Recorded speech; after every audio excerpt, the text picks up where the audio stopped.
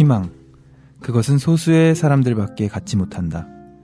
삶의 마지막 벼랑에 서 있는 사람들. 희망은 절망하는 사람에게만 주어진다. 흔히 생각하듯 희망은 맹목적 의지나 믿음 같은 것이 아니다. 희망은 깨어있는 사람들만 가질 수 있다. 낙관주의와 비관주의의 구분은 피상적인 것에 지나지 않는다. 살아야 한다. 이 말이 함축하고 있는 숙명성과 지향성. 배불리 먹고 코 고는 사람에게 희망은 없다.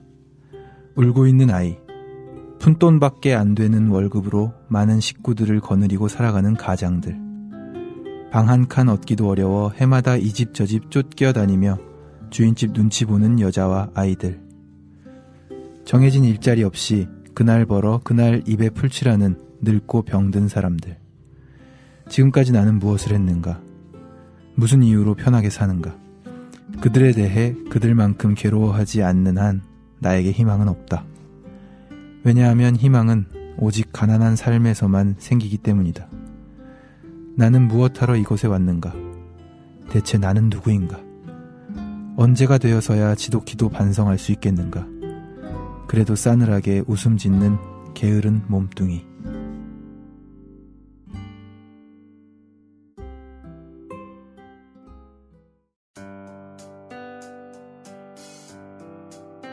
안녕하세요. 낭만서점 31회 첫 번째 트랙 박경환입니다. 네, 안녕하세요. 허입니다. 네, 경환 씨께서 방금 읽어주신 글은 이성복 시인의 산문입니다. 희망에 대하여 네. 라는 제목으로 쓰여진 글인데요. 이 글은 이성복 시인이 펴낸 고백의 형식들이라는 책에 실려 있습니다. 오늘 고른 저희들이 다룰 소설 황정은의 계속해보겠습니다와도 맞닿아 있는 글인 것 같아서 가슴에 와닿았네요. 예, 오늘 책을 준비하면서 오프닝을 좀 멋있게 시작했으면 좋겠다. 책과 연관된 걸로. 네. 예, 그래서 이런저런 책을 뒤적이다가 이 글을 발견하고 제가 잽싸게 옮겨서 적었습니다. 그런 순간이 있을 때마다 저희들은 오프닝 궁리를 늘 하면서 일주일 좀 살아야 되겠어요. 지난주도 연애 편지를 쓰는 밤 괜찮았잖아요. 네. 그 아이디어들이 이제 일주일 동안 낭만서점에 이제 촉각이 향해 있어서 저희들이 연구를 좀 하면서 지내야겠습니다. 저는 이 희망에 대하여에서 특히 이 구절 가슴에 와닿더라고요. 그들에 대해 그들만큼 괴로워하지 않는 한 나에게 희망은 없다. 네, 이 부분인데요. 그래서 우리가 소설을 읽고 문학을 또 찾아보는 것 같다는 생각이 들었습니다. 네. 오직 가난한 삶에서만 희망이 생기기 때문이다. 이런 문장이 있어서 읽으면서도 그 정도인가 싶은 생각을 잠깐 하다가 곰곰이 생각해 보니까 사실이네요. 그렇죠. 사실인 것 같아요. 희망은 절망하는 사람들만 가질 수 있는 거잖아요. 네. 노래를 만드는 것도 마찬가지고 어떤 감성적인 가난에서부터 오는 그렇죠. 결핍에서부터 오는 창작물인 것 같아요. 네. 이게 뭐 반드시 물질적인 가난만을 의미하는 건 아니고요. 경환 씨가 말씀하신 대로 어떠한 결핍, 내가 무엇인가 부족하다라는 것, 그리고 어떤 것을 희구하는 것에서 희망의 동력이 생기는 거니까요. 그렇죠. 네. 저희가 황정은 작가의 계속해 보겠습니다. 시작하기 전에 지난 일주일간 한국 문학에 그 좀 가슴 아픈 사건이 좀 있었습니다. 크나큰 사건이 있었죠. 경환 씨도 들으셨죠? 네. 그러니까 지난주 녹음하던 날 이제 뭐 헤어질 무렵에 약간 이슈화 됐던 것 같아요. 그래서 저도 뭐 깜짝 놀라서 관련 기사들을 다 읽어보곤 했는데 신경숙 작가의 표절 논란이 됐고 또 이응준 소설가가 올린 글을 제가 정독해서 읽어봤는데 많은 분들이 아마 읽어보셨을 거예요. 네. 거기에 대한 저희가 이렇게 낭만 서점으로서 특별히 오늘은 또 한국 문학을 다루는 날인데 그러게요. 옆에 앉아 계신 허희 평론가님께서 그냥 지나치기에는 요즘에 그런 얘기들 있잖아요. 가장 그 인류의 굉장히 이 정치적 과도기라든지 뭐 시끌벅적한 시기에 가장 좋지 않은 선택은 침묵하는 것이다. 뭐 그런 얘기들이 좀 SNS에 떠돌았던 것 같은데 네. 저희들도 침묵하지는 않기 위해서 입장 표명을 가져오셨습니다. 이미 블로그에 쓰신 글이라고요. 네. 네. 제가 그 블로그에 올린 글의 제목은 작가와 비평가의 부끄러움, 네, 이라는 제목인데요. 작가도 부끄럽고 비평가도 부끄럽다. 네, 뭐 이런 이 사건을 통해서 우리 모두가 반성을 해야 된다. 예, 말씀을 좀 드리겠습니다. 저는 신경숙 작가의 이 표절 논란을 보면서 두 가지 부끄러움을 느꼈는데요. 첫 번째는 문학적 윤리를 저버린 작가의 대응에 있습니다. 제가 보기에는 이미 표절 여부를 확실히 판단할 수 있는 증거가 나왔다고 생각을 합니다. 그럼에도 불구하고 작가가 그러한 명백한 어떤 사실에 대해서 고개를 돌렸는데요. 물론 어제 그 인터뷰에서 표절이라고 생각할 수도 있을 것 같다라는 사실상 인정 뭐 이런 그런 왔어요. 인터뷰를 또 내기도 하셨지만 저는 그 대응이 너무 늦었다고 생각하고요. 또 앞에 말씀하셨던 진실 여부에 관계없이 이것은 작가와 뭐 모두에게 피해를 준다. 그러므로 대응하지 않겠다라고 하셨던 그 언급이 저는 좀 잘못됐다고 생각합니다. 그래서 저는 다른 작품을 이 표절한 행위보다 오히려 더 많이 비판받아야 하는 게 바로 그런 태도가 아닐까 예, 하는데요.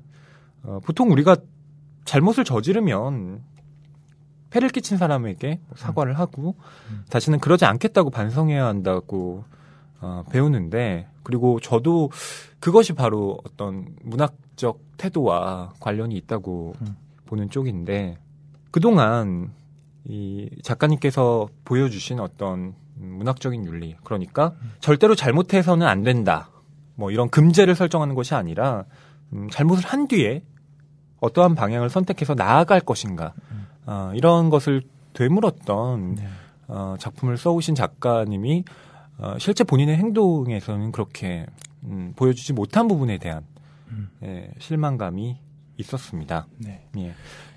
이런 사건을 통해서 오히려 삶과 예술의 일치가 되는 장면이 우리한테 이제 포착이 됐다면은 또 감동이 있을 수 있었을 텐데 오히려 늦은 대응과 이런 것들이 좀 실망스러웠던 그게 또 그 분노와 현대 이 스마트폰과 이 인터넷의 발달이 맞물려서 이렇게까지 모두에게 알려질 수 있었고 오히려 그 문제가 이제 더 크게 드러난 것 같아요. 예. 네.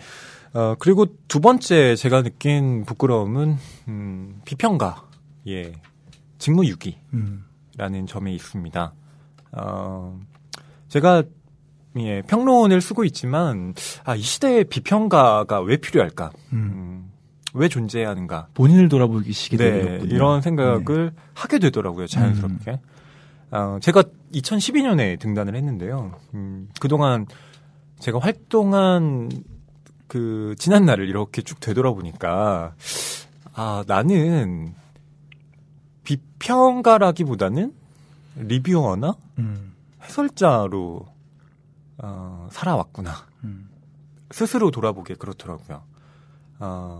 그러면서 저도 모르게 뭔가 이 비판을 해야 할 지점에서 좀 우회하거나 아니면 입을 다물었던 경우가 없지 않았다. 뭐 그런 좀 반성을 하게 됐습니다. 그러니까 비평가는 결국 칼을 든 사람이거든요. 근데 그 칼이라는 것이 뭐 꼭 남을 해치는 칼이 아니라, 그러니까 비평가의 어떤 비평적 그 관점에 비추어 봤을 때 이 작품이 비판받아야 할 지점이 있다고 생각한다면 그 칼을 휘둘러서 그 작품의 어떤 오점, 결점을 이렇게 잘라내는 방식으로 네.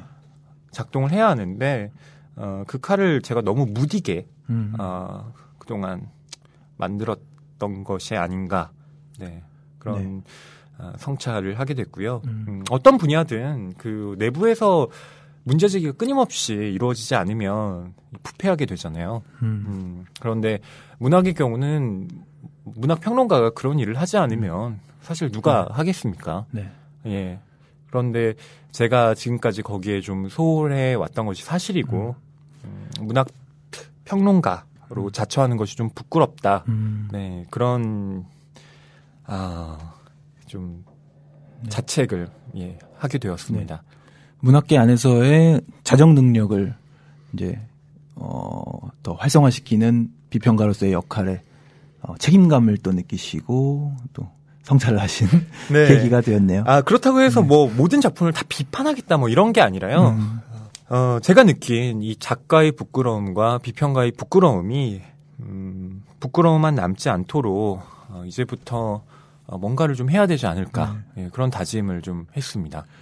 나중에 보다 완성된 글의 형태를 통해서 다시 보여드리겠습니다. 자세한 내용은 허희 씨 블로그에서 네, 전체 공개입니다. 예, 이웃 공개 아니니까 이웃 추가해 주시고요. 네, 해주시면 아이고 이웃이 늘어나겠네. 네. 저희 댓글 소개도 좀 해드릴까요? 네.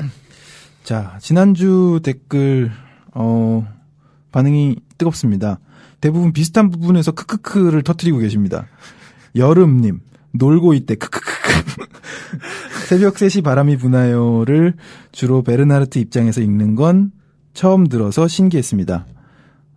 크크크, 피디님 목소리도 반가워요 하셨습니다. 예, 피디님이 출연하셨죠. 네. 네. 기혼자의 입장을 대변해 주셨는데요. 네.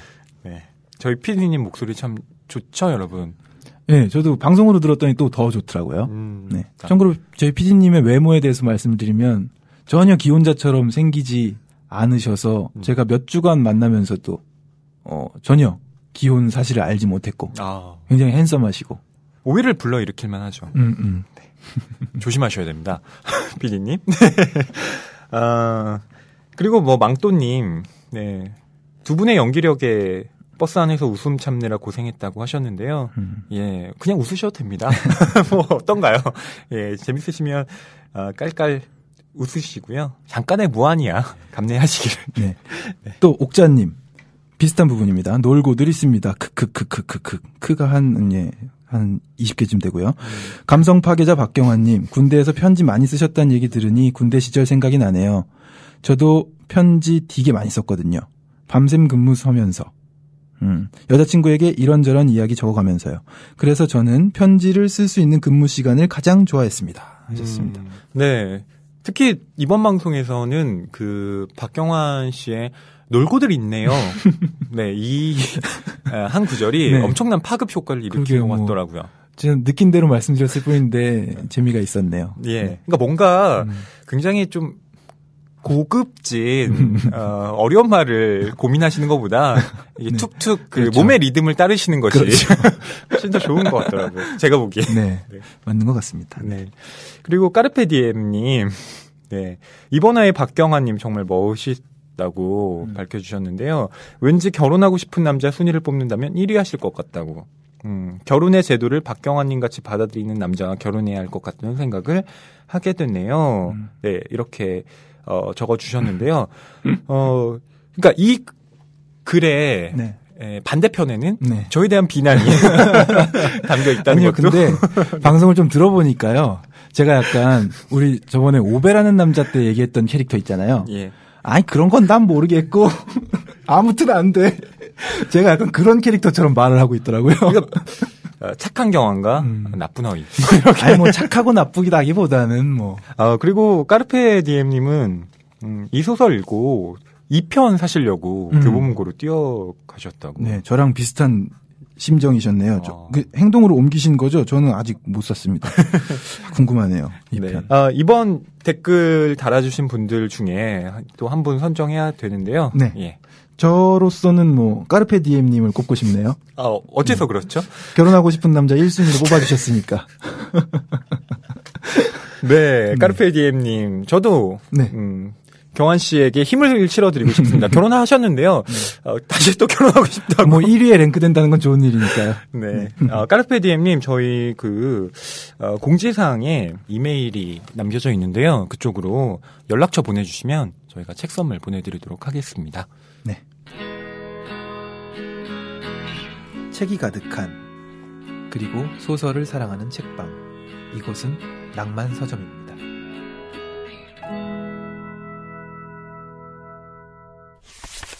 네, 그럼 본격적으로 오늘 방송 시작해 보겠습니다.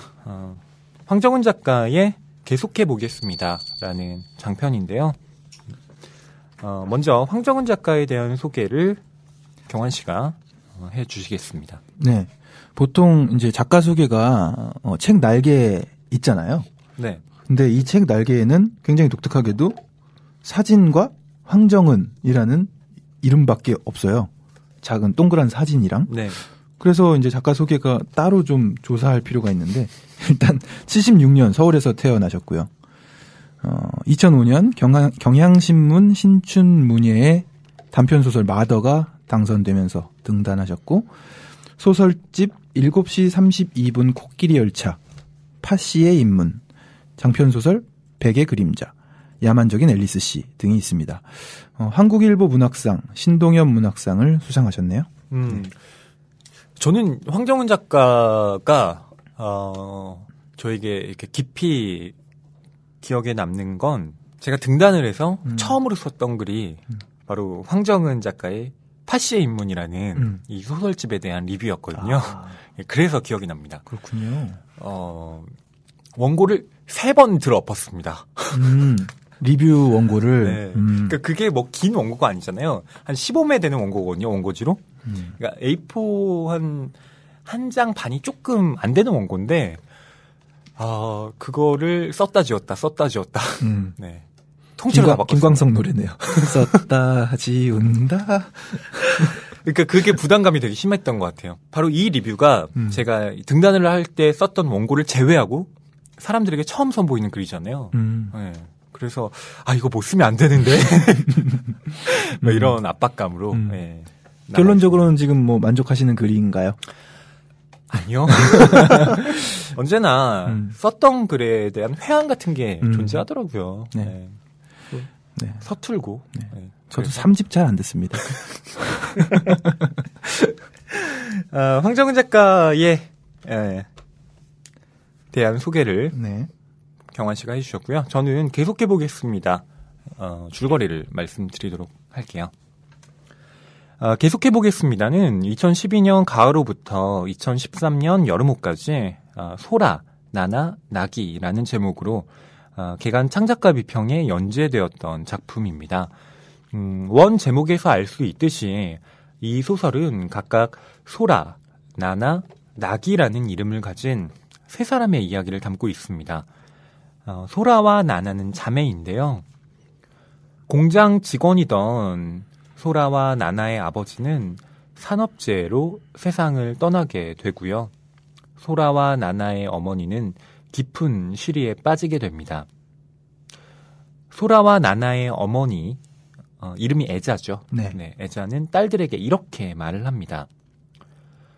좋은 것들이 그렇게 귀한 대접을 받는 이유는 말 그대로 귀하기 때문이란다. 세상에 좋은 것들이 별로 없기 때문에 감탄하고 칭송하는 거란다. 별로 없어 좋은 건. 그러니까 그런 걸 기대하며 살아서는 안 되는 거야. 기대하고 기대할수록 실망이 늘어나고 고통스러워질 뿐인 거야. 네, 이처럼 망가져가는 삶을 주체하지 못했던 어머니 대신 이 소라와 나나 자매를 돌봐준 사람은 이웃집에 살던 또래 친구 나기와 나기의 엄마였습니다. 서로의 상처를 보듬어 안으면서 소라와 나나, 나기는 그렇게 어른이 되어갑니다. 소라와 나나는 회사에 취직을 하고요. 나기는 작은 바를 운영하면서 지내는데 그러던 어느 날 소라는 동생 나나에게 무슨 일이 일어났음을 눈치챕니다. 그것은 바로 아직 미혼인 나나가 임신을 했다는 사실입니다. 이로 인해서 소라, 나나, 나기의 삶도 이전과는 다른 방향으로 흘러가게 되는데요. 이들은 이 소설의 제목처럼 무엇인가를 계속하려고 합니다. 과연 무엇을 계속하려고 하는 것일까요? 이 소설은 읽는 사람으로 하여금 계속해 보겠습니다라는 주어와 목적어를 고민하게 만드는 작품입니다. 네. 계속해 보겠습니다. 네. 처음 이 제목을 듣고 무슨 생각이 드셨나요? 글쎄, 소설 제목으로 계속해 보겠습니다. 이게 그러니까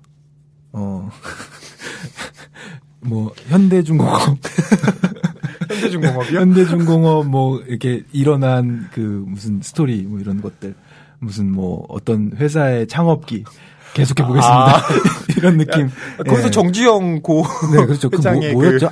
이봐 해봤어 이 책 제목이 그거인데 그런 걸 떠올리죠. 네, 그런 걸 떠올려서 과연 이게 무슨 소설일까 궁금했었죠. 그리고 저는 이제 책을 펼치자마자 맨 뒤를 열어보기도 하거든요. 예. 맨 마지막 문장이 뭔가 계속해 보겠습니다 하더라고요. 네.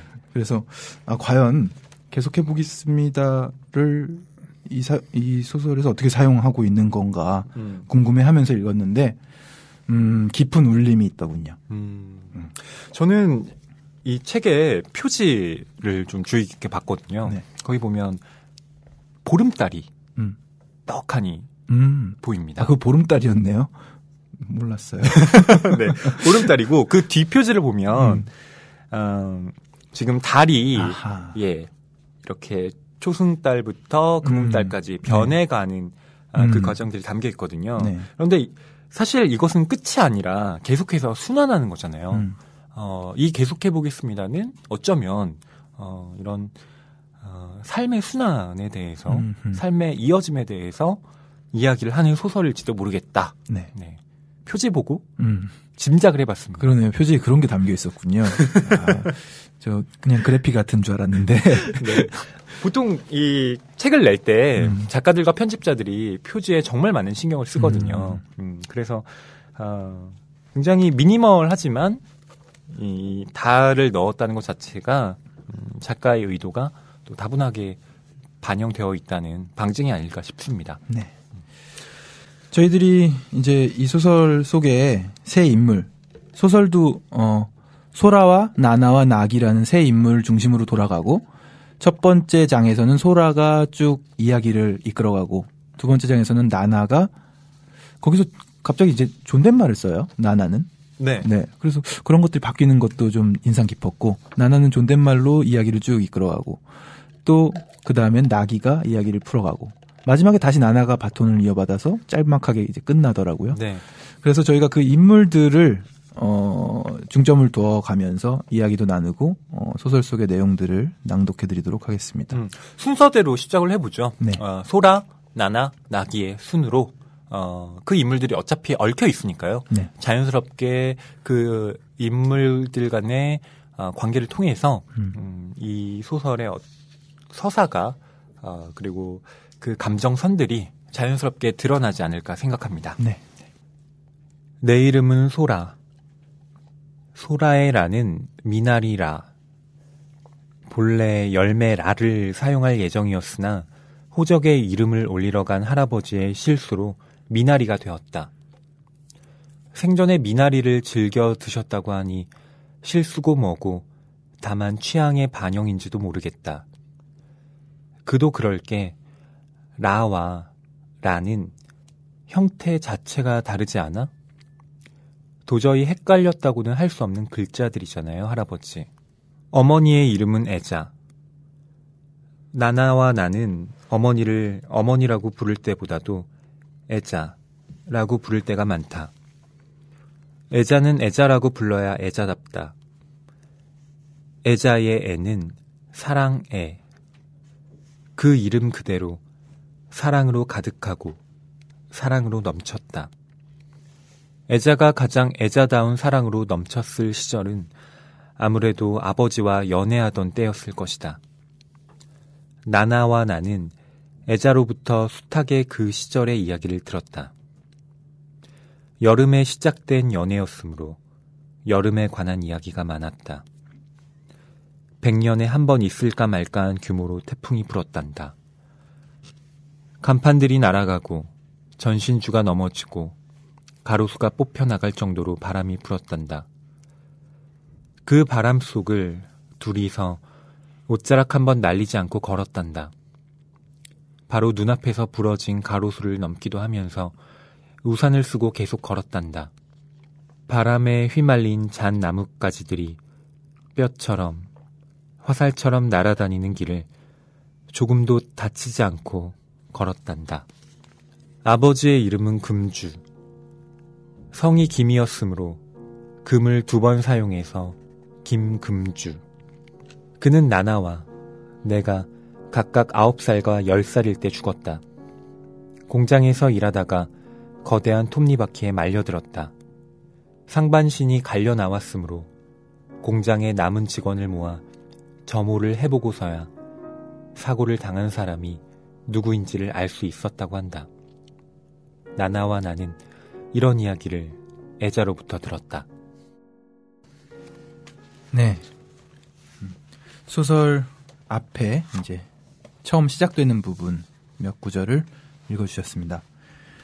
참 담담하게 전하고 있어요. 엄청난 사건을. 네. 네. 저 어린 시절에 뭐 6남매 이런 드라마 있고 예. 7번째 숟가락 뭐 이런 것들도 있었던 것 같고요. 6남매 저도 기억합니다. 네. 똑 사세요. 요거. 뭐 네. 잘은 기억이 안 나는데 제가 어린 시절에 그런 그 주제들에 어렵사리 살아가고 있는 네. 드라마라든지 뭐 만화라든지 이런 걸 보면서 기억에 남는 그 제가 눈물을 흘리고 가슴이 미어질 듯이 아팠던 그런 에피소드들이 있어요. 공통적으로 몇몇 작품에 나왔던 것 같은데 예. 우리 형 주려고 이거 안 먹고 남겨둔 거야 하는 그 꼬마가 이렇게 네. 있는데 그거를 그냥 뭐 잘 사는 집 애였던지 아무튼 누가 되게 무심하게 먹어버린다든지. 근데 그게 그런 에피소드들이 많은 작품들이 있거든요. 네. 제가 지금도 말하면서 약간 눈시울이 붉어지는데 네. 왜 그런지 모르겠어요. 저는 그런 게 너무 슬퍼요. 아. 너무 마음이 아파요. 그 꼬마가 자신의 세계 안에서는 가장 소중한 무언가를 사랑하는 사람을 위해서 이렇게 가지고 준비하고 있는데 아무렇지도 않게 그렇게 짓밟히는 그런 상황들이 너무 마음이 아프더라고요. 그 아까 오프닝에 읽어드렸던 희망이 되어요. 그들에 대해 그들만큼 괴로워하는 사람이 바로 경환 씨였군요. 이야. 그랬나 봐요. 그러니까 그 어린 마음에 그런 것들이 그렇게 강하게 와닿는데 이 소설을 읽으면서 그런 장면들이 굉장히 많이 소설 안에 있는데 작가는 그걸 그렇게 슬프게 전달하지는 않는 것 같아요. 그래서 더 마음이 아프기도 하고 그래서 더 많이 생각할 수 있고 예. 울림이 있고 그런 것 같아요. 방금 읽어주신 구절들도 네. 아버지가 이제 공장에서 산업재해로 예. 돌아가시는 장면인데 이게 그 찰리 채플린 영화 모던 타임즈였나요? 찰리 채플린도 그 챗박 톱니바퀴 안으로 들어가서 이렇게 돌아다니는 그런 장면 있잖아요. 네. 그건 이제 우습게 풍자를 하지만 마치 그것처럼 예. 점호를 해보고 나서야 누가 죽었는지 알았다는 건 얼마나 인간이 사물화되어 있는 상태인가. 예. 네. 그래서 아버지가 그렇게 돌아가셨고 더 심각한 건 이제 아직 읽어드리진 않았지만 그 산업재해로 인해서 돌아가신 아버지의 보험금, 사망보험금 뭐 이런 것들을 가족들이 그러니까 자녀와 어머니가 네. 받아 마땅한데 아버지 쪽 결혼을 반대했던 아버지 쪽 형제들. 시부모님들 형제들이 가져가 버린 네. 사건이죠. 이 소설이 처음 시작할 때는 소라에라는 미나리라다라고 하면서 자기 이름에 대한 이야기를 합니다. 그러면서 할아버지가 미나리를 좋아했기 때문에 자기 이름을 이렇게 한 것이 아니냐. 어떻게 보면 좀 우스꽝스러운 에피소드로 시작을 하는데 한두 장을 넘기다 보면 바로 이 가족사의 아픔이 드러나잖아요. 네. 그리고 경환 씨가 말씀하신 대로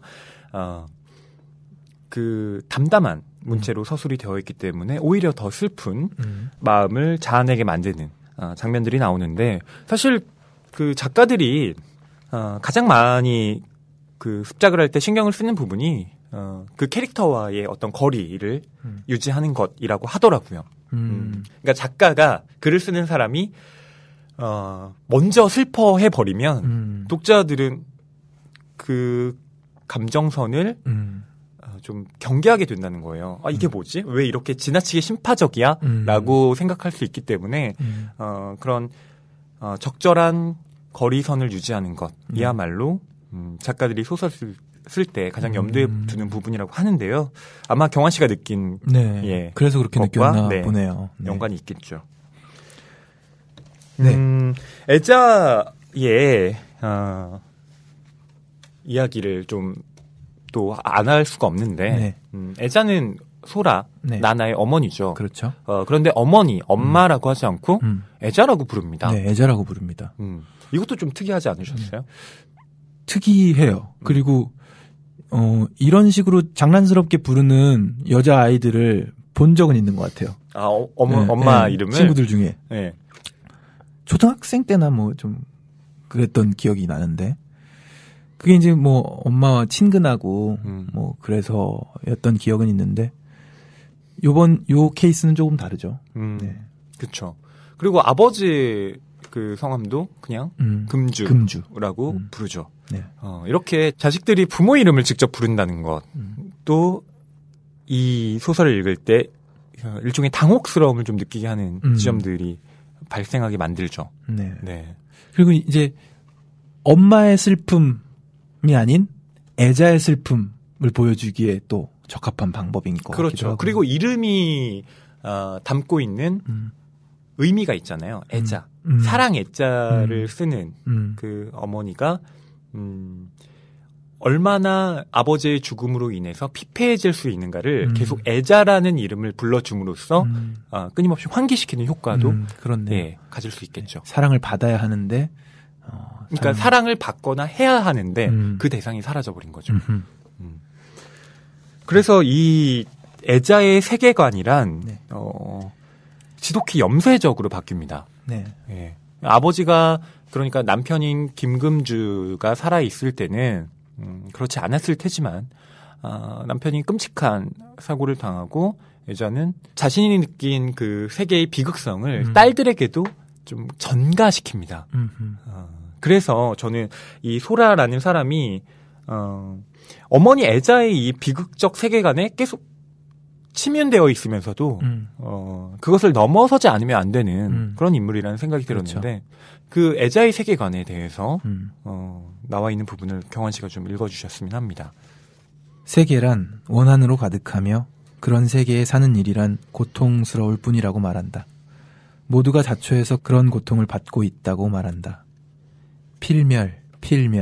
필멸일 뿐인 세계에서 의미 있는 것은 아무것도 없는데 애쓸 일도 없고 발버둥을 쳐봤자 고통을 늘릴 뿐인데 난리법석을 떨며 살다가도 어느 순간 영문을 모르고 비참하게 죽기나 하면서 그 밖엔 즐거움도 의미도 없이 즐겁다거나 의미 있다고 착각하며 서서히 죽어갈 뿐인데 어느 쪽이든 죽고 나면 그뿐일 뿐인데 네. 삶이 고통으로 가득 차 있고 네. 그러한 삶이란 무의미하다. 맞는 말이에요, 어느 정도. 네. 아, 철학 전공하셨죠? 네. 뭐, 염세주의, 뭐, 네. 많은 그 철학자들을, 그러니까 학부에서는 참 철학자들은 이제 수박 겉핥기식으로 어떤 얘기를 대강 했나 이런 것들을 이렇게 읊고 지나가잖아요. 철학사를 쭉 한번 그렇죠. 훑잖아요. 훑고 지나가죠. 네. 그래서 지나고 나면 기억에 남는 게 좀 강렬한 사람들이 기억에 남아요. 쇼펜하워, 지금 얘기하려고 했는데 쇼펜하워, 뭐 니체, 뭐 휴, 뭐 이런 사람들이. 예. 그래서 뭐, 애자의 세계관이 참 그쪽으로 가 있구나 생각했었죠. 그런데 반대로 생각하면 쇼펜하우어나 니체, 그러니까 흔히 염세주의자로 알려진 그 철학자들이 보면 세계는 고통으로 차 있기 때문에 바로 그러하기 때문에 우리는 인간으로서 어떤 의지를 발현하지 않으면 안 된다라고 주장하고 있기도 하잖아요. 그러니까 의지와 표상으로서의 세계라든가 그리고 니체의 초인이라는 것도 그런 비극적 세계와 맞서 싸우는 그렇죠. 그런 주체를 강조하고 있는 것이니까요. 네. 어쨌거나 이제 철학가들은 세계를 나름의 그 정리 속에 이제 정리를 해두고 그 안에서 헤쳐나갈 방법들을 또 제시하고 뭐 이런 것들이 있다 보니 그런데 애자의 경우는 거기까지 생각 안 하죠. 기관에서 그치고 이제 그 단적인 예로 이제 앞부분 우리가 읽었던 부분을 쭉 지나가다 보면은 그 아까 말씀드렸다시피 결혼을 애시당초 반대했던 금주의 그 부모님과 그 형제 쪽에서 그 산업재해 보험금을 다 가져갑니다. 예. 정말 길바닥에 낳는 상황이 된 거죠. 애자와 나나와 소라. 네. 두 딸과 어머니가. 그래서 근데 그 상황도 정말 덤덤하게 그려져요. 뭐 신경질을 낸다든지 소리를 지른다든지 뭐 난리가 나는 상황이 전혀 벌어지지 않고 담담하게 짐을 챙겨서 수레를 하나 빌려서 수레에 싣고 반지하 방으로 이사를 하게 되죠. 예. 그리고 나서 지친 이제 엄마 애자가 이 수레를 좀 반납해주고 오겠니? 해서 아이들은 또 철딱서니 없이 수레에 타고 뭐 밀고 하면서 장난치면서 갖다 주고 옵니다. 네, 어렸잖아요. 네. 네. 갖다 주고 돌아왔더니 이제 애자가 소설 속에서 뭐 정확하게 표현되어 있지는 않지만 자살 기도를 한 것 같은 뉘앙스의 장면이죠. 자살 기도를 뭐 직접적으로 그러니까 실행했다기보다는 삶을 그 순간부터 죽어가고 있었다. 예, 죽어가기 시작했다. 뭐 이렇게 표현되죠. 그걸 소래가 느낍니다. 그래서 수레를 갖다 주고 돌아오는 길에 자기도 모르게 걸음이 빨라져서 얼른 집으로 돌아가지 않으면 안 되겠다라고 생각해서 나나가 언니를 계속 부르지만 어쨌든 자기가 빨리 집으로 도착을 하죠. 그래서 어머니가 계속 그 바닥에 앉아 있는 것을 보고 다행이다라고 생각하면서 이 자기도 모르게 이 소변을 이렇게 그러니까 오줌을 지리게 되죠. 그러니까 그것 자체가 그래도 어머니가 살아 있구나. 그런 안심의 다른 표현일 텐데요. 그렇죠. 그 부분에 대해서는 또 나나는 뒷부분에서 다르게 좀 서술을 하죠. 이 이사간 반지하방이 좀 독특합니다. 그러니까 누군가와 같이 사는 거예요. 계속 이제 이 방에 대해서 이 기묘한 집의 구조에 대해서 계속 설명이 되는데 옆집 사람이 아니라 거의 동거에 가까운 그 옆에 사는 그 가족이 있는 거죠. 바로 나기와 나기의 어머니 숙자 이렇게 둘이서 살고 있고 세를 주기 위해서 그냥 방을 원래 하나짜리를 이렇게 그렇죠. 뚝 뭐 판넬 같은 걸로 막은 거죠. 네. 그곳에서 이제 또 두 자매 소라와 나나가 어떻게든 이제 살아가려고 뭐 아둥바둥하는 인상은 전혀 없고요. 해맑게 살아가고 있는데 그렇기 때문에 또 제가 아까 말씀드렸던 그런 마음이 애려오는 그런 장면 제가 좀 뽑아왔습니다. 네. 한번 읽어보겠습니다. 뭐 먹니? 낙인의 어머니가 부엌으로 들어와 솥을 들여다보았다. 당시만 해도 나나와 나는 그녀를 할머니라고 부르고 있었다. 옆집 할머니. 낙인의 어머니는 애자와는 다르게 얼굴이 검고 어깨도 넓었다. 눈가에 주름도 많았고 할머니들이 많이 하는 것처럼 둥글고 곱슬곱슬한 머리 모양을 하고 있었다. 나도 한 입 먹자 하며 그녀는 뜨거운 떡을 아무렇지도 않게 손으로 덥석 떼어 입에 넣었다. 나는 부끄러워 얼굴을 붉혔다. 쉰 것을 먹고 있었다는 것을 들켰다는 게 부끄러웠고 괜찮지? 하고 물어가며 동생에게 그걸 먹이고 있었다는 게 부끄러웠고 지금 이 집에 어른이 없다는 게 이상하게 부끄러웠다. 실은 어느 것을 가장 부끄럽게 여겼는지 지금 생각해도 잘 모르겠다. 꼭 담은 입속에 떡이 뜨겁게 엉겨 있었는데 삼킬 생각도 하지 못하고 다만 주눅이 들어 그녀를 바라보았다. 쉰 떡을 입에 넣었으니 곧 뱉을 거라고 생각하면서. 낙인의 어머니는 떡을 우물우물 먹으며 살풍경한 부엌을 둘러보고 설탕을 입에 묻히고 있는 나나와 나를 유심히 바라보았다. 그녀는 끝까지 떡을 뱉지 않고 삼킨 뒤 이 떡의 맛이 좋으니 자기네 밥이랑 바꿔 먹자며 나나와 나를 벽 건너편으로 데려갔다. 이날부터 나나와 나는 매 끼니까지는 아니더라도 종종 낙인의 밥을 먹었다. 그 시절엔 초등학생이라도 도시락을 싸서 다녔는데 낙인의 어머니는 낙이의 도시락까지 3개를 준비해서 신발장에 얹어두었다. 낙인의 신발장 위에 1개, 우리 쪽 신발장 위에 2개. 나나와 나는 아침마다 그것을 챙겨서 등교했다. 점심시간엔 각자의 도시락을 가지고 운동장 구석에 놓인 벤치에서 만나 나란히 앉아 먹었다. 반찬으로 머리 달린 부새구이가 통째로 담겼다거나 고춧가루에 버무린 오이지만을 수북하게 담았다거나 이따금 달걀말이지만 대개는 달걀 프라이 혹은 다른 반찬 없이 달걀 프라이 1가지를 밥에 얹고 양념 간장을 뿌린 것 하는 방식으로 투박하기 이를 데 없는 도시락이었다. 나나와 나는 소중하게 그것을 먹었다. 성장기였으므로 그 밥을 먹고 뼈가 자랐을 것이다.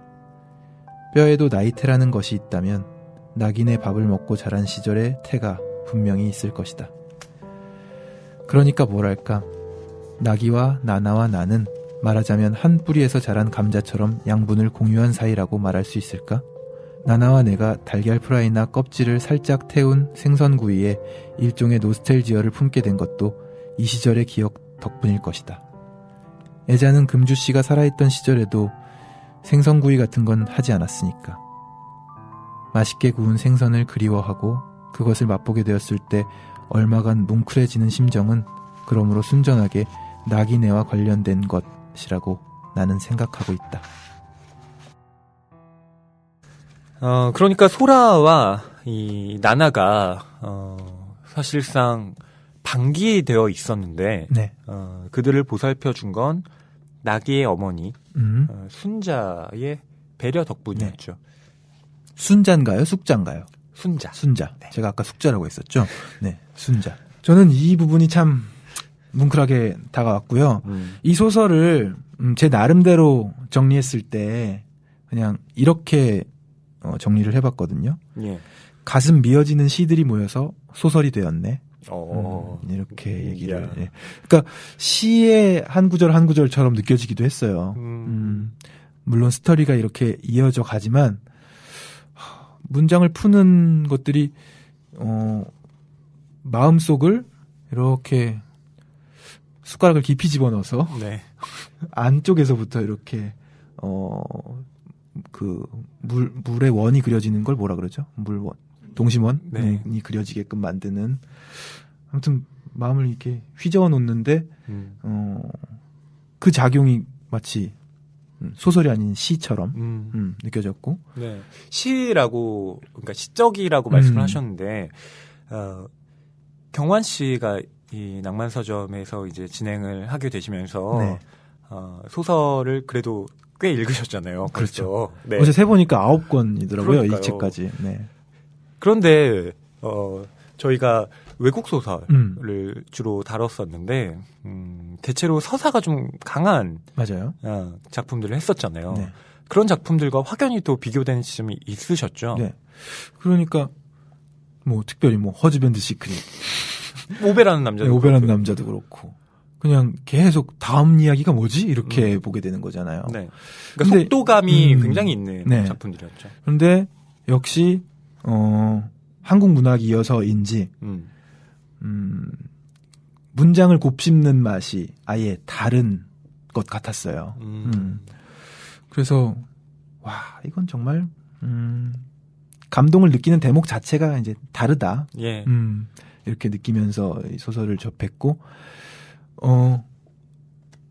마음이 미어지게 만들어낼 수 있는 문장력, 그런 것들도 물론 외국 소설에서도 발견할 수 있겠지만 이제 한국 소설이 이어서인지 그 의도나 그 맛을 이제 확실히 더 느낄 수 있는 것 같아요. 말 맛이라고. 네, 말 맛. 할 수 있겠죠. 네. 황정은 작가의 이 문장이 물론 작가마다 어떤 특유의 문체를 다 가지고 있지만 어렵지 않죠. 문장들에 쓰이는 어떤 뭐 단어라든가 네. 뭐 물론 가끔씩 낯선 한자어들이 섞이기도 하지만 뭐 그것이 독해에 방해가 되는 수준의 그런 생경한 네. 것들은 아니잖아요. 귀여운 구절들도 있어요. 네. 네. 그런데 보면 독해하는데 별로 어렵지 않고 문장들은 짧고 대체로 다 단문이고요. 그런데 왜 이렇게 깊은 맛을 낼까? 예, 그런 느낌이 날까? 그것은 그러니까 그 문장과 문장 사이에 일종의 심연 같은 게 있는 거죠. 그러니까 그 여백이 넓어서 그 독자가 A라는 문장과 B라는 문장으로 넘어갈 때 생각하지 않으면 네. 안 되게 만드는 거예요. 그리고 그 생각조차도 자연스럽게 할 수 있게끔 도와주고 그렇죠. 있고. 네. 그러니까 서술 안에서 이걸 생각해야 된다는 걸 알려주는 건 없는데 문장과 문장으로 자연스럽게 이것들이 떠오를 수 있게 하는 그 능력이 있는 것 같아요. 네. 그러니까 문장을 이렇게 직조해 나가는 거죠. 그러니까 건축물을 쌓아 올리는데 소설이라는 건축물로 뭐 비유를 한다면 그 벽돌을 차곡차곡 쌓아 나가는데 그것이 예상 가능한 벽돌의 어떤 모양이 아니라 세모 벽돌도 있고 네모 벽돌도 있고 동그라미 벽돌도 있는데 그것이 기묘하게 조합되면서 되게 현실 같지 않은 이상한 세계, 낯선 세계를 창조해내고 하지만 그 세계가 뭐 SF나 뭐 이런 것과는 네. 뭐 상관없는 네. 그러니까 일종의 이중 현실을 만들어내는 거죠. 우리가 꼭 공감할 수 없는 그런 낯선 현실도 아니고, 그렇죠. 네, 충분히 공감할 수 있는 건데 굉장히 새로운 방식으로.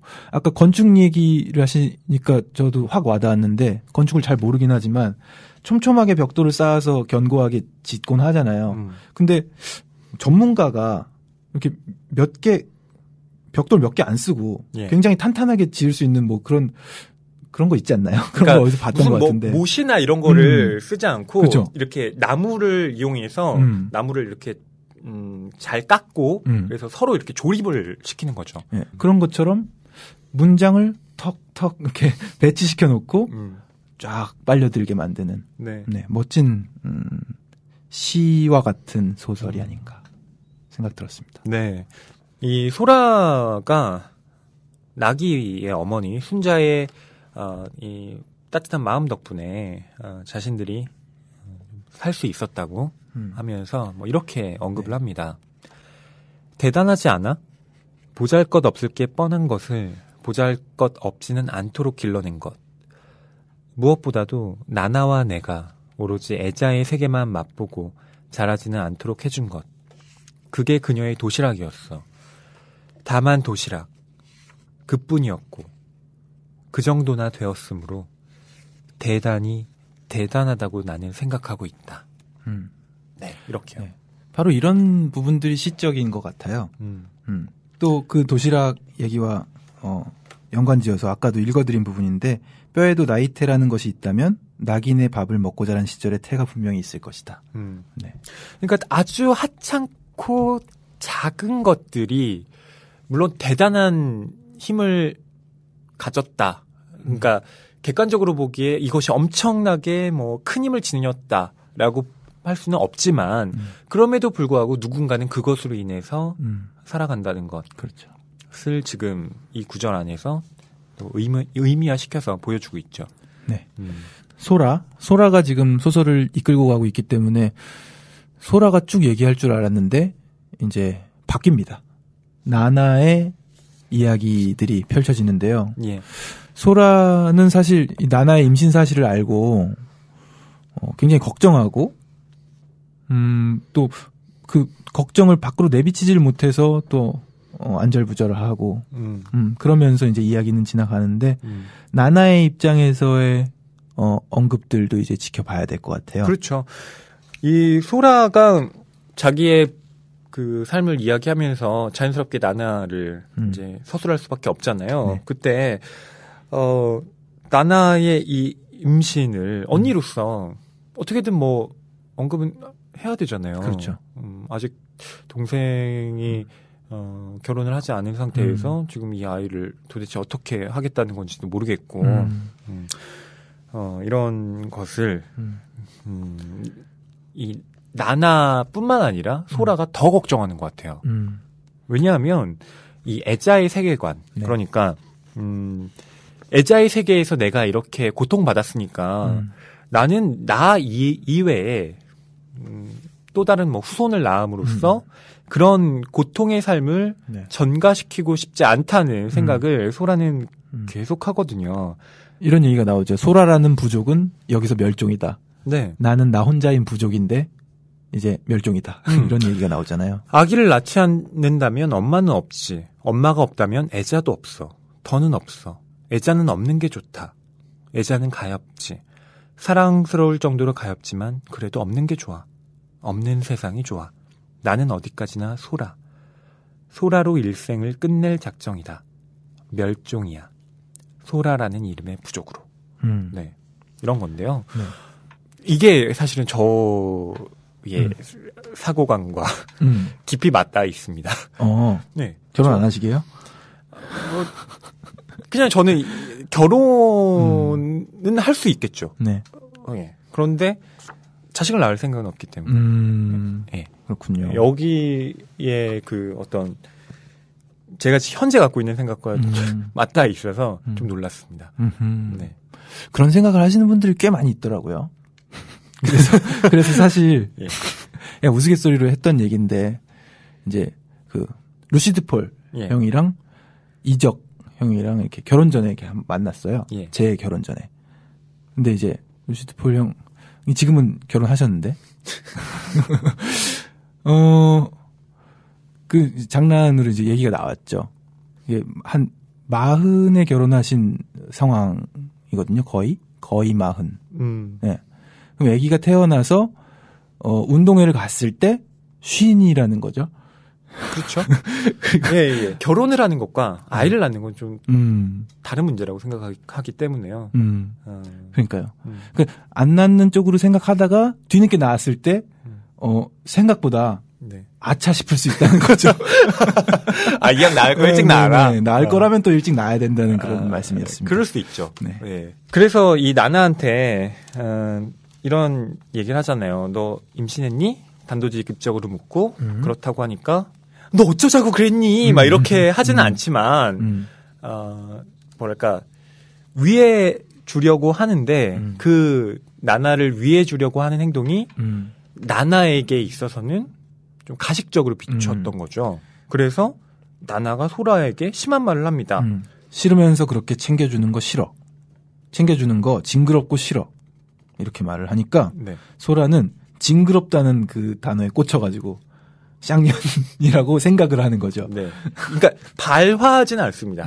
다만 쌍년이라고 생각하고 또 생각합니다. 아니 내가 언니인데 내가 그래도 너한테 지금 몰아세우지 않고 이렇게 해주려고 하는데 왜 너는 날 징그럽다고 생각하냐. 이게 바로 가족이라는 이 테두리 안에서 발생하는 감정인 것 같아요. 막 몰아세우고 뭐 이런 게 아니라 마음속으로 무슨 생각을 하고 있는지를 다 알다 보니 그 친절함 속에서도 나나는 마음이 또 아픈 거죠. 네. 그리고 저는 이 소라의 입장도 사실 좀 이해가 가는 게 저도 장남이라 그런가 모르겠어요. 이 장녀와 장남의 어떤 책임감일 수도 있겠는데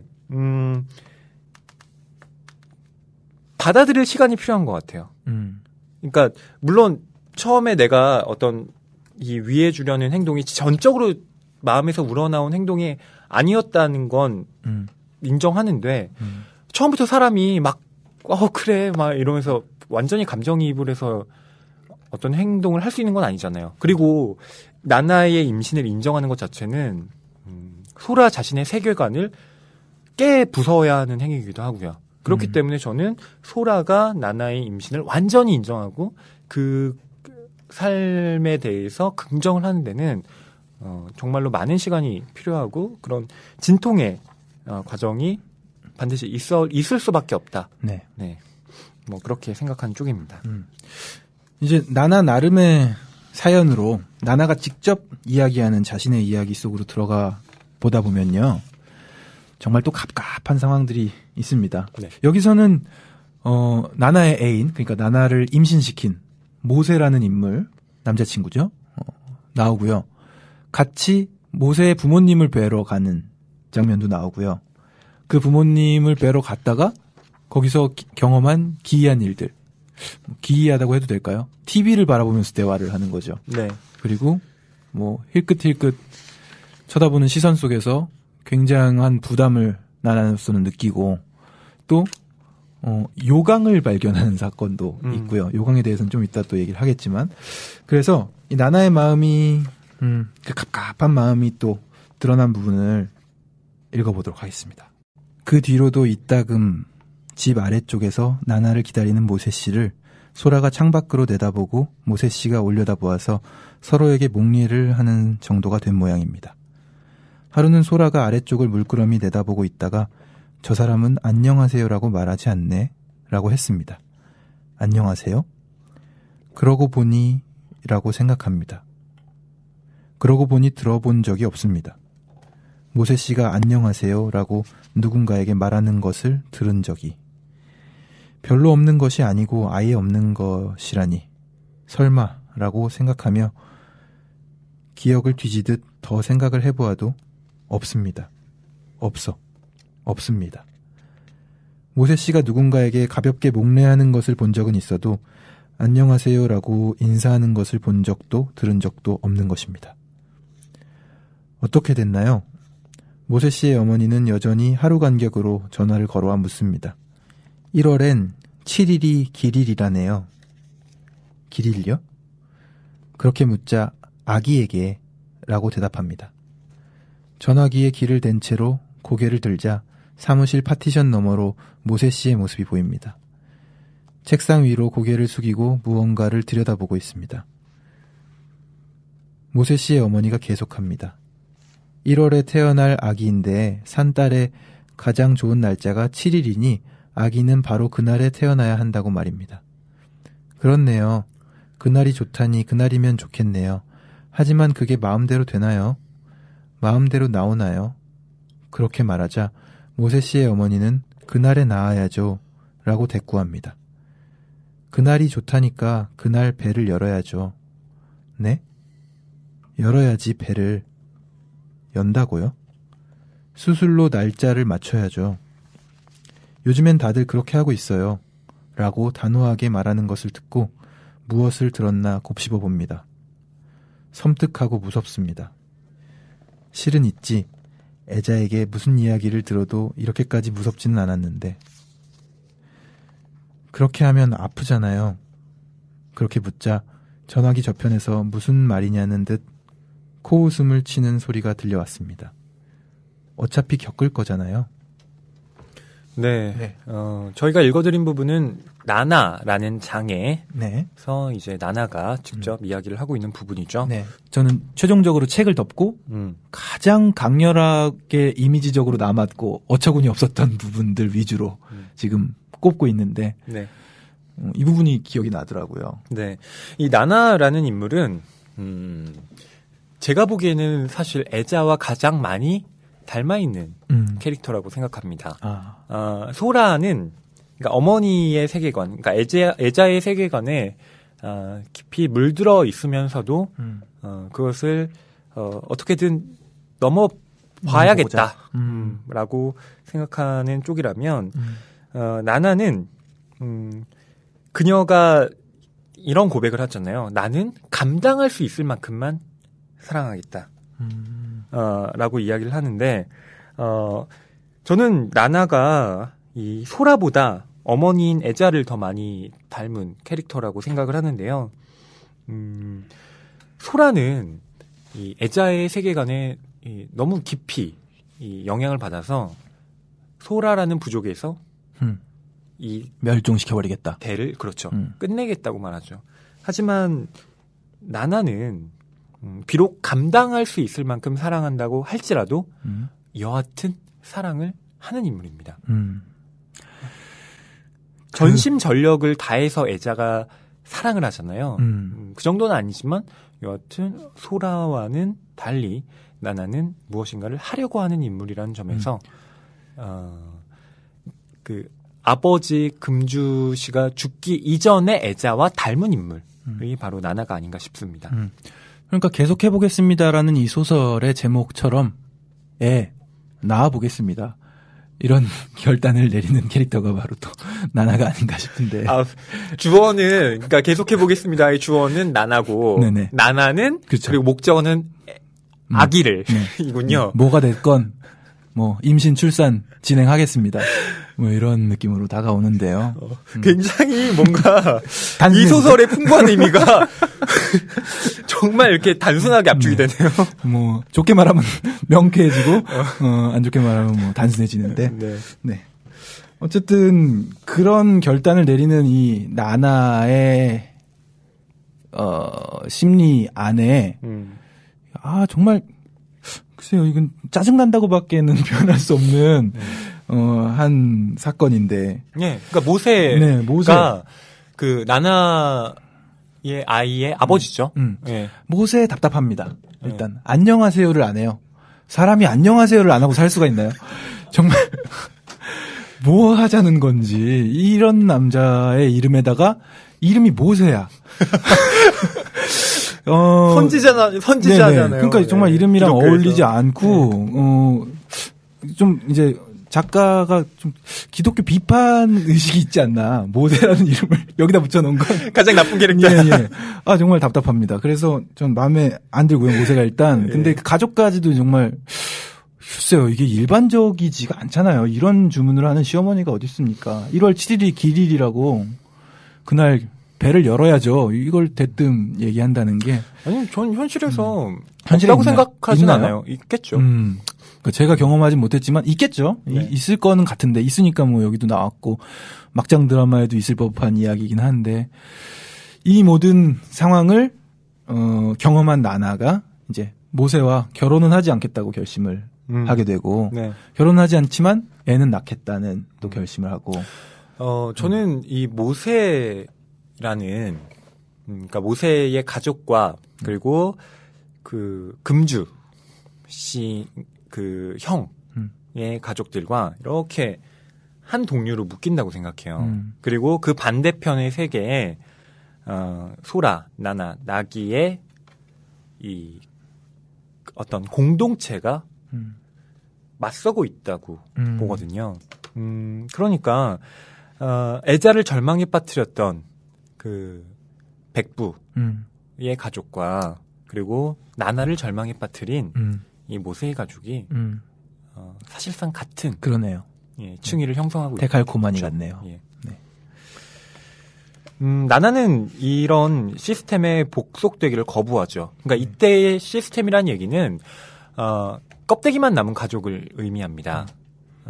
모세는 어쨌든 내 아이를 가졌으니까 우리는 결혼해야 한다. 이렇게 얘기를 하고요.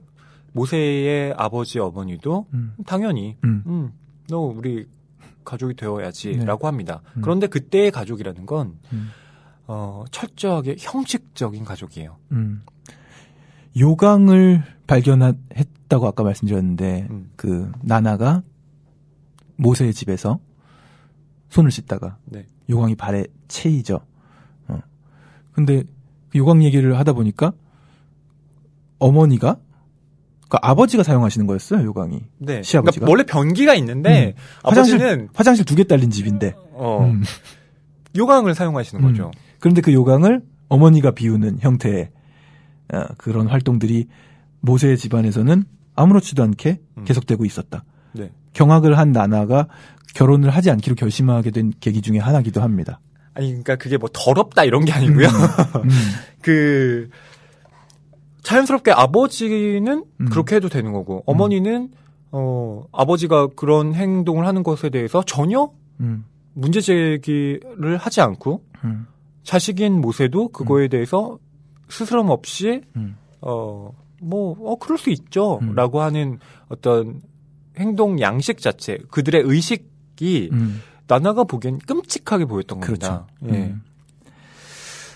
아무튼 이런 과정들을 겪고 결심을 한 나나가 이제 아까도 이제 얘기가 나왔던 부분인데 나나가 그럼에도 불구하고 아이를 낳겠다는 결심을 하는 것 그것이 오히려 그 애자가 겪었던 극심한 절망 그리고 그 안에서의 허무주의적인 세계관 그런 것들이 나나로 하여금 이제 극복이 되는 그런 상징적인 결단인 것 같아요. 그게 또 계속해 보겠습니다라는 제목에 들어있기도 하고요. 물론 그것이 이제 나중에 나나로 이 소설이 마치게 되니까요. 나나가 두 번 언급이 되죠. 그러니까 아까 달의 이지러짐과 다시 생성을 말씀드렸는데 그 나나가 마지막에 등장함으로써 이 소설이 그것으로 끝나는 것이 아니라 다시 나나로 시작될 수도 있는 것이구나라는 암시를 주는 것인데요. 저는 나나의 이 말 되게 마음에 들더라고요. 우리가 남인가요? 이렇게 모세가 얘기를 하니까 가족은 남이 아닌가요? 라고 반문하는 이 나나의 언급. 어떻게 생각하세요? 가족은 남인가요? 남이 아닌가요? 남이라는 기준을 뭐 어떻게 잡느냐에 따라 다르겠지만 지금 이런 상황에서 모세 같은 인물과 이 가치관을 가지고 있는 가족을 경험한 상태에서의 남이 아니지 하면서 이렇게 묶으려고 하는 상태에서 네 그래요 남이 아니에요 하고 따라갈 수는 없다고 생각합니다. 네, 가족은 남인가요라는 질문을 던지는 사람의 사고가 어떻게 돼 있느냐에 따라서 대답이 달라질 것 같아요.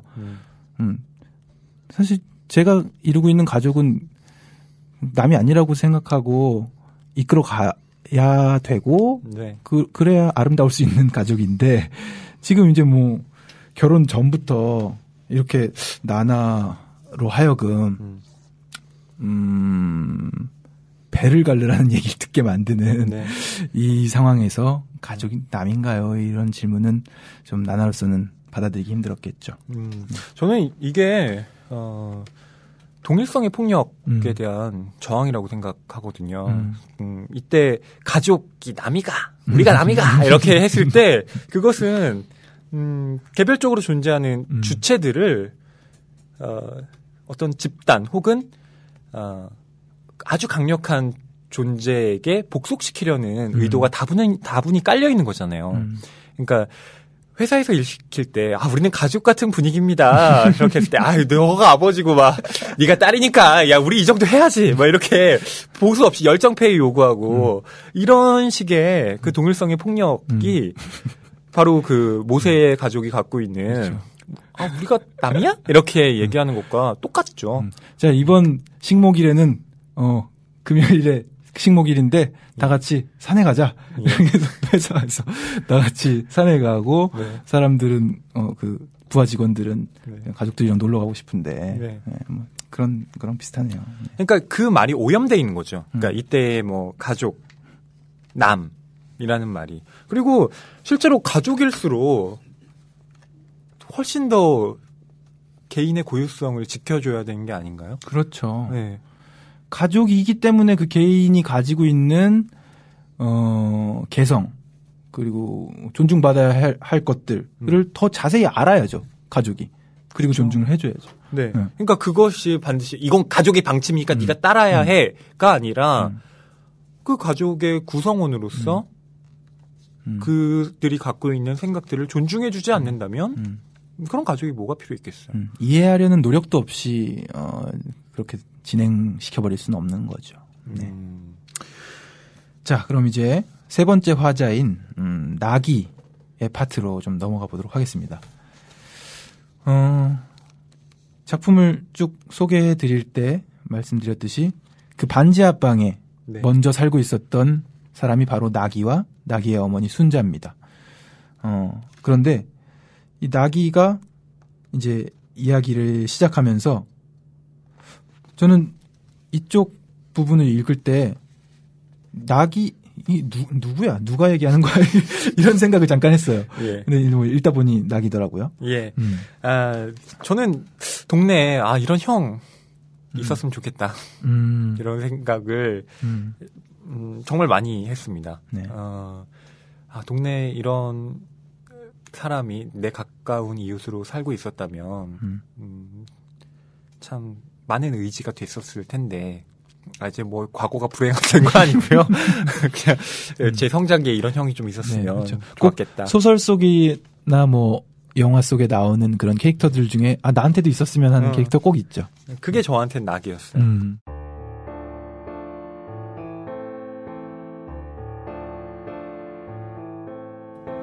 나는 낙이. 낙이의 나는 나. 가마솥이라는 글자. 낙일에서 리을의 탈락으로 낙이가 되었다. 리을을 너무 아래쪽에 쓰는 바람에 라고 어머니는 말했다. 출생을 신고하러 간 쪽은 내 아버지였는데 만취한 상태에서 길을 기로 보았고 자전을 끌어당겨 첫 번째로 등장하는 한자를 선택했다는 것이다. 나의 한자 역시 나에 해당되는 페이지를 펼치고 아무 글자이나 손가락을 짚어 베껴 썼을 것이다. 사정을 알게 된 내 어머니는 분통을 터뜨렸으나 시장 일이 너무 바빠 이름을 고치러 가지 못했고 나는 그대로 낙이가 되었다. 이러나 저러나 상관없다. 언젠가 학교 선생으로부터 내 부모는 자식에게 어째서 이런 이름을 붙여주었느냐는 질문을 받았을 때 그러면 이라고 생각하며 자전을 뒤져보았는데 나라는 한자에는 어차피 좋은 뜻이라고 할 수 있을 만한 글자가 별로 없었다. 나는 낙이. 이 정도로 만족하고 있다. 만취한 아버지가 센스를 발휘해 만든 이름이라고 생각하면 그 정도로도 괜찮다. 무쇠로 만든 그릇. 낙이의 나는 나. 가마솥이라는 글자. 기라는 것은 아마도 그것을 세는 단위일 것이다. 별다른 의미가 없다. 그 정도 의미로도 충분하다고 나는 생각하고 있다. 네. 낙이라는 인물. 네. 출생신고 당시에 아버지가 만취한 상태에서 아무 한자나 집어 썼다는 얘기가 나오는데 이런 경우가 종종 있다고 해요. 정말로. 그래서 개명 신청이 그때 가능해졌을 때 빗발쳤던 이름들이 정말 누가 봐도 이건 정말 바꿔야 되겠다라는 이름들 있잖아요. 네네. 그러니까 뭐 정말 이게 어떻게 이름이지? 이거 그냥 뭐 별명 아니야? 라고 생각하는 이름들. 네. 신문에 막 나오고 했었잖아요. 저도 출생신고를 하러 갔는데 네. 제 아이 이름이 준희거든요. 네. 그래서 조칠준의 기뻐할 희인데 이제 찾아봤는데 뭐 네이버 사전을 토대로 찾아서 제가 골라갔습니다. 예. 근데 동사무소 직원이 이 한자가 그렇게 안 뜬다는 거예요. 부수가 다르다는 거예요. 제가 적어준 거랑. 네. 그래서 그 자리에서 한 1분 30초간의 협상 끝에 뭐 동사무소에 부수가 없다는데 어떻게 그걸로 바뀌었어요. 네, 그래요? 그러니까 그 또 뜻은 같은데 이제 글자가 제가 준비해 간 거랑 다른 거예요. 그럴 수도 있. 네이버 사전과 동사무소 사전이 달랐나 봐요. 왜 그런지 모르겠는데. 그리고 옛날에는 동사무소 직원들이 컴퓨터로 한 게 아니라 손으로 썼잖아요. 그러니까 적어준 거랑 다르게 기입하는 경우도 있었고 이름이 완전히 뭐 있을 수 있죠. 네. 낙이는 그런데 저는 뜻은 되게 좋다고 생각해요. 가마솥. 네. 그렇기 때문에 뭐 이름 가지고 이런 거 하면 되게 촌스럽긴 하지만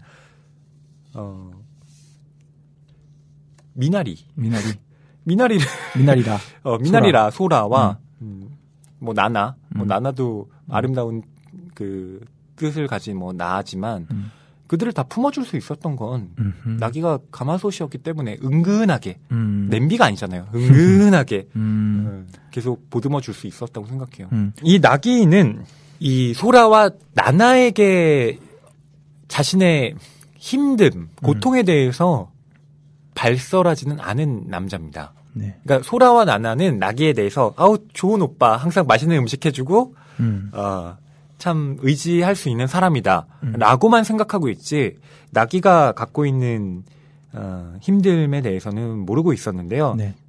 이 나기가 비로소 자신의 이야기를 할 때 얼마나 끔찍한 일들을 겪었는지 하나하나 나오게 됩니다. 네.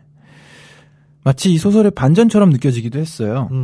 소설이 계속 이 두 자매의 이야기가 쭉 나오다가 나기가 이야기를 시작할 때부터 무언가가 확 뒤집히는 기분을 느끼고 환기도 좀 되고 그래서 또 소설의 재미도 있었던 것 같고요. 그러니까 그 소설의 복선이라고 할 만한 부분이 앞에 나오긴 해요. 일본에 갔다 온 나기가 뭐 일자리를 얻어서 2년간 갔다 왔다고 나와 있는데 폭삭 늙었다.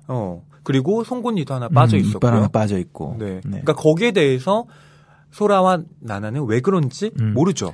그리고 또 이런 부분도 있었죠. 고등학생 때였나요? 중학생 때였나요?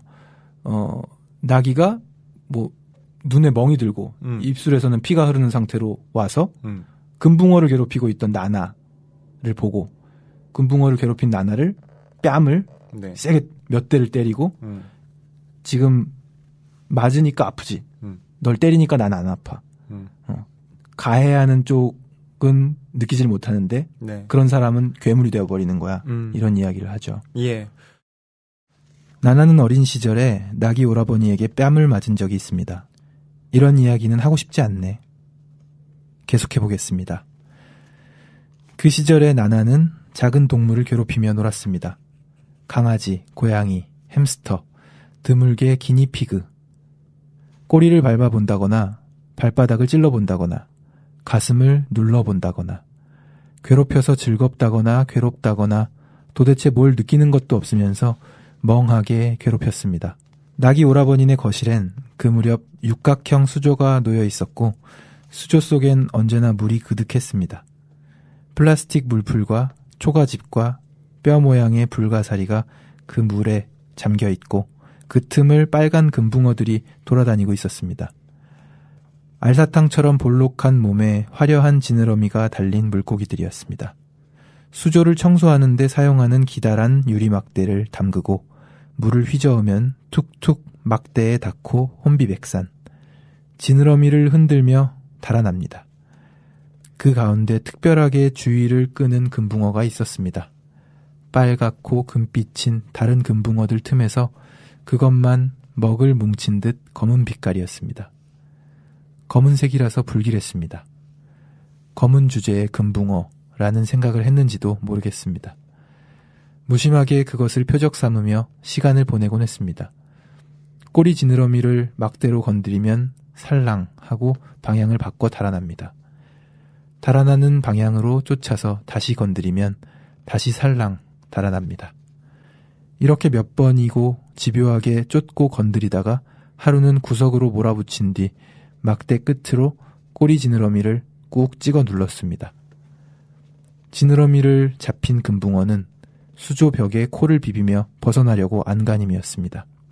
그 짧은 몸부림에 막대에 눌렸던 지느러미가 찢어지고 작은 조각이 뜯겨져 나왔습니다. 지느러미 조각이 물에 풀린 먹처럼 고요하게 떠올랐다가 가라앉았다가 떠오르기를 반복했습니다. 정신없이 그것을 지켜보았습니다. 문득 뒤를 보니 나기 오라버니가 서 있었습니다. 어디서 무엇을 하고 왔는지 먼지투성이에 머리카락엔 흙이 엉켜붙은 유령 같은 모습이었습니다. 눈 언저리엔 희미하게 멍이 올랐고 입술 끝엔 검붉은 점처럼 피가 고인 채로 굳어 있었습니다. 오라버니는 물끄러미 나를 보고 있다가 수조 쪽으로 다가와서 물속을 들여다보았습니다. 금붕어는 입을 뻐끔거리며 물풀 근처에 머물고 있었습니다. 이따금 가슴 지느러미를 움직여 방향을 바꿔가며 경계하고 있었습니다. 오라버니는 그것을 한참 들여다보고 있다가 등을 펴고 나나와 마주선 뒤 손바닥을 활짝 펴서 나나의 뺨을 때렸습니다. 한 대만으로 그치지 않고 몇 번이나 힘껏. 아파? 오라버니는 물었습니다. 나나는 얼떨떨하게 정신이 나간 채로 오라버니를 바라보았습니다. 아프냐고 재차 묻는 말에 고개를 끄덕였습니다. 그런데 나는 아프지 않아. 오라버니는 팔을 늘어뜨리고 서서 태연하게 말했습니다. 내가 너를 때렸으니까 너는 아파. 그런데 나는 조금도 아프지 않아. 전혀 아프지 않은 채로 너를 보고 있어. 그럼 이렇게 되는 건가? 내가 아프지 않으니까 너도 아프지 않은 건가?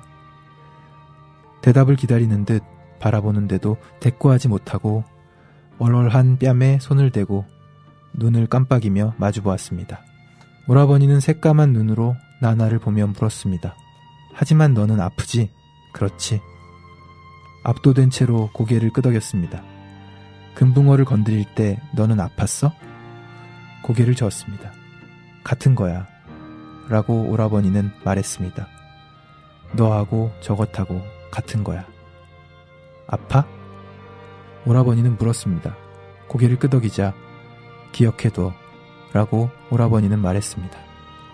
이걸 잊어버리면 남의 고통 같은 것은 생각하지 않는 괴물이 되는 거야.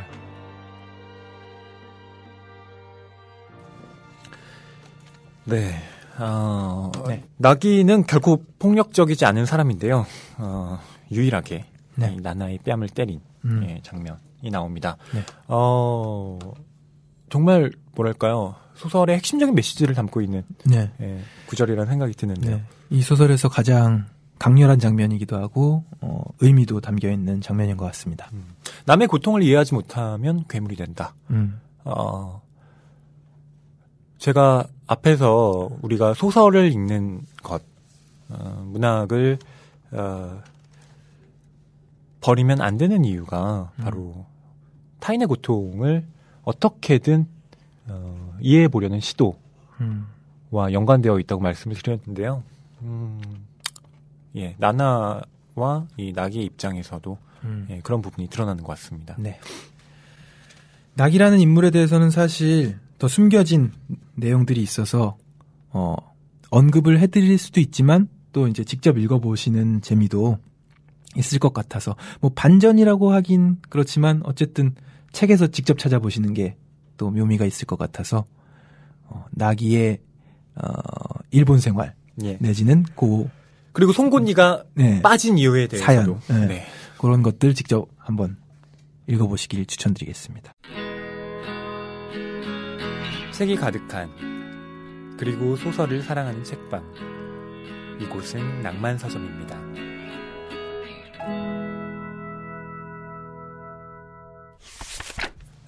나기의 가게에 모세가 찾아옵니다. 왜 찾아오느냐면 나나와 소라의 단골이기도 하잖아요. 그래서 나나가 자신을 만나주지 않으니까 혹시 뒤를 밟았죠. 지금 이 나기와 나나가 무슨 관계가 있는 건 아닌가 해서 찾아옵니다. 그리고 어린 시절부터 실제로 나나는 나기를 좋아했어요. 그렇죠. 네. 뺨을 맞긴 했지만 그래도 좋아하는 오빠였습니다. 나기가 그렇죠. 마음에 있었고요. 그래도 뭐 이들은 혈연으로 맺어져 있진 않지만 좀 하나의 가족이라고 봐요. 이들이야말로 소라와 나나와 순자, 나기 이렇게 이루어진 가족. 그렇죠. 네, 저는 어떤 의미에서 본다면 모세의 가족 그리고 백부 금주의 백부 뭐 이 가족보다는 지금 소라, 나나, 나기, 순자의 가족이 훨씬 더 제가 생각하는 가족의 이상에 가깝다고 제대로 된 생각합니다. 가족이죠. 네. 자, 모세가 찾아와서 뭐라고 말하는지, 그리고 그에 대해서 나기는 뭐라고 답을 하는지,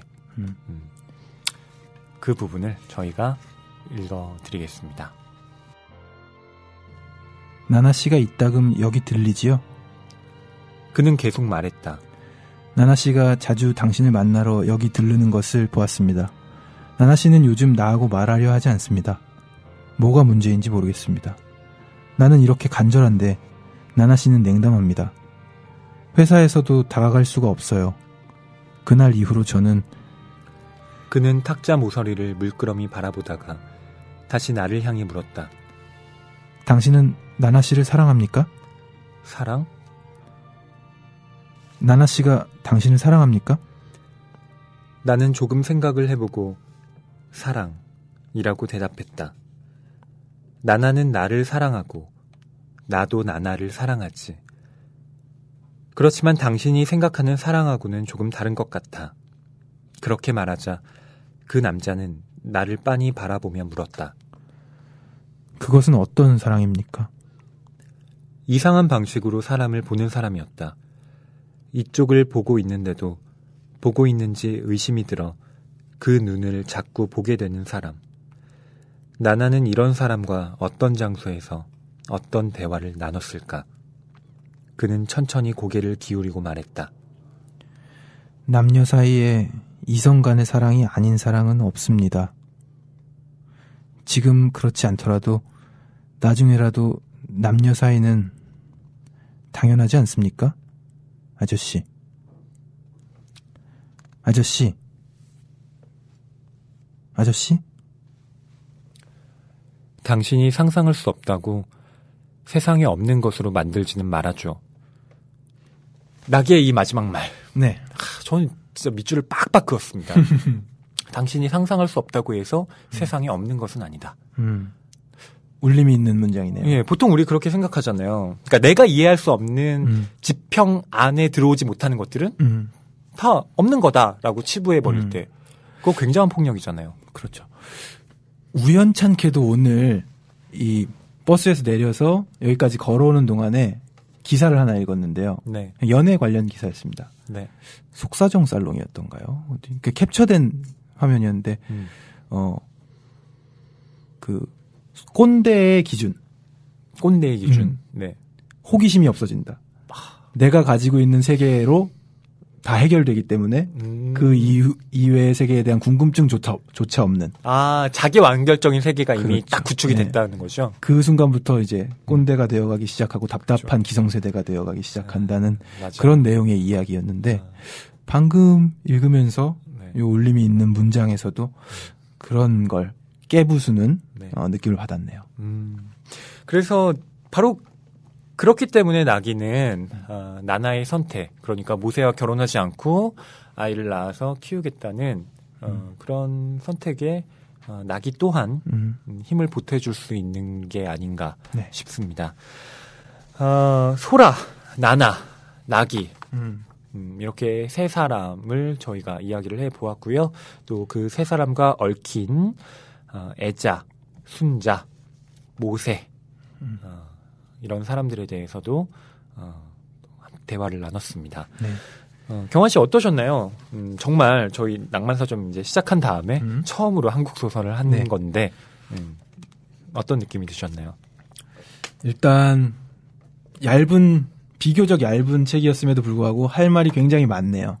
이야기거리가 많고 이게 한국 소설이라서 더 그런 것 같다는 느낌도 들고요. 네. 반가웠습니다. 네. 요즘 한국 문학에 대한 불신 같은 것이 SNS에서 정말 많이 보이더라고요. 그렇죠. 한국 문학 수준은 다 그 정도 아니냐. 뭐 이렇게 정말 가슴 아프게 말씀을 하시는 분들도 계신데요. 글쎄요. 저는 뭐 제가 한국 문학계 일원으로서 또 참여하고 있는데 그렇지는 않다고 생각합니다. 한국 문학의 힘이 저는 충분히 강력하다고 생각하고요. 그 강력한 힘을 여러분께서 같이 좀 읽어주시면서 보태주셨으면 하는 마음이 듭니다. 그러니까 이런 얘기 많이 해요. 어제도 한 얘기네요. 생각해보니 동료 뮤지션과 외국 음반을 들으면서 이런 건 어떻게 나오는 거야? 이런 얘기를 하거든요. 근데 이 한국적인 거는 하려고 애쓰지 않아도 우리 안에서 나오는 게 있어요. 우리가 김치 먹고 자랐고 밥 먹고 지금 이 땅에서 살고 있기 때문에 그렇죠. 그렇기 때문에 우리가 사랑해야 하고 또 다듬어야 하고 개발해야 하고 그런 부분이 딱 어떤 문장으로서 정리해서 말씀드릴 수 없더라도 우리가 느끼는 무언가가 있다고 생각합니다. 네. 도대체 우리는 무엇으로 사는가? 이런 또 존재론적인 그리고 목적론적인 질문을 하게 되면서 이 소설을 끝마치려고 하는데요. 여하튼 이 소설은 계속해 보겠습니다라고 말합니다. 네. 여러분은 무엇을 계속해 보시겠습니까? 저희는 팟캐스트를 계속 해야죠. 그래서 다음 책을 추천드리도록 하겠습니다. 센스가 있으신데요, 경환 씨? 자, 제가 한껏 폼잡았는데. 네. 낭만 서점을 계속 해야 되기 때문에. 네. 자, 다음 책으로는 정용준 작가의 바벨이라는 작품을 저희가 다룰 거고요. 특별히 작가님이 네. 나와 주실 예정입니다. 저희가 그 한국 문학, 특히 젊은 작가들의 작품을 좀 선보여 드리고 싶은 마음이 커서 네. 이 황정은 작가와 더불어 또 함께 좀 더 많은 분들께서 이 작가의 작품을 읽어주셨으면 하는 바람으로 이 소설을 골랐습니다. 네. 자, 그럼 다음 주에 바벨로 다시 찾아뵙도록 하겠습니다. 안녕히 계세요.